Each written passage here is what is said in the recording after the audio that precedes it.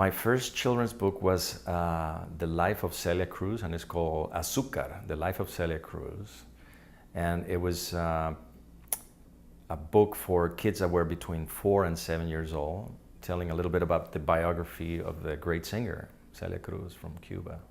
So the way I approached the story was pretty much make up as you go. I mean, I never really met personally anyone that was a children illustrator, although I admire many people. I never had the opportunity to really talk to someone and say, how do you do this?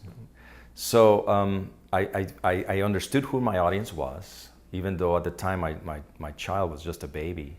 But I knew I have cousins and nephews and people, so I had the experience of being with kids. I needed to find I would create a character that would convey a lot of the characteristics and personality of Celia Cruz, and then just let it roll and have fun with it and sort of like describe in a visual way, what the text was saying. So to describe how I start with my next, or any topic when I do a book, I create what I call the mood boards. And mood boards are things of photos and reference of the life of the person or the subject that I'm covering.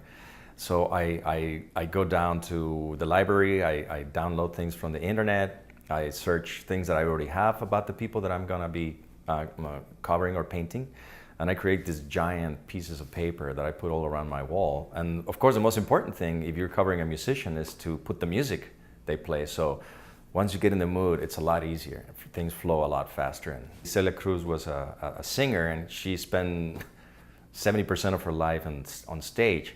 But you don't want to make a book where every page she's on the stage singing, even if the copy says that she sings a lot. So I believe that kids are, I'm sure of this, kids are very, very sophisticated with their minds.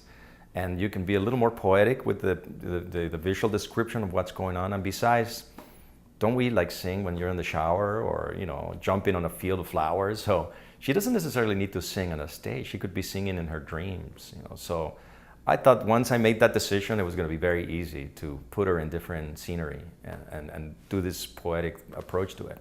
We had a challenge where the text described her leaving Cuba just before the revolution. And one of the things that we agreed to do was to not show violence or show things in a very graphic way or literal way. So again, I go back to a way of doing things a little more symbolically or poetic or conceptually. So what I did is I decided to have her float and leaving this field of sugar canes and leaving a lot of her papers and songwritings behind. They stay in Cuba, basically saying, my spirit stays with my land and my country, my motherland, but I'm moving on.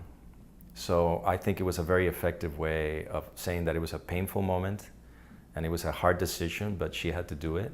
And I think it came out in a very effective way.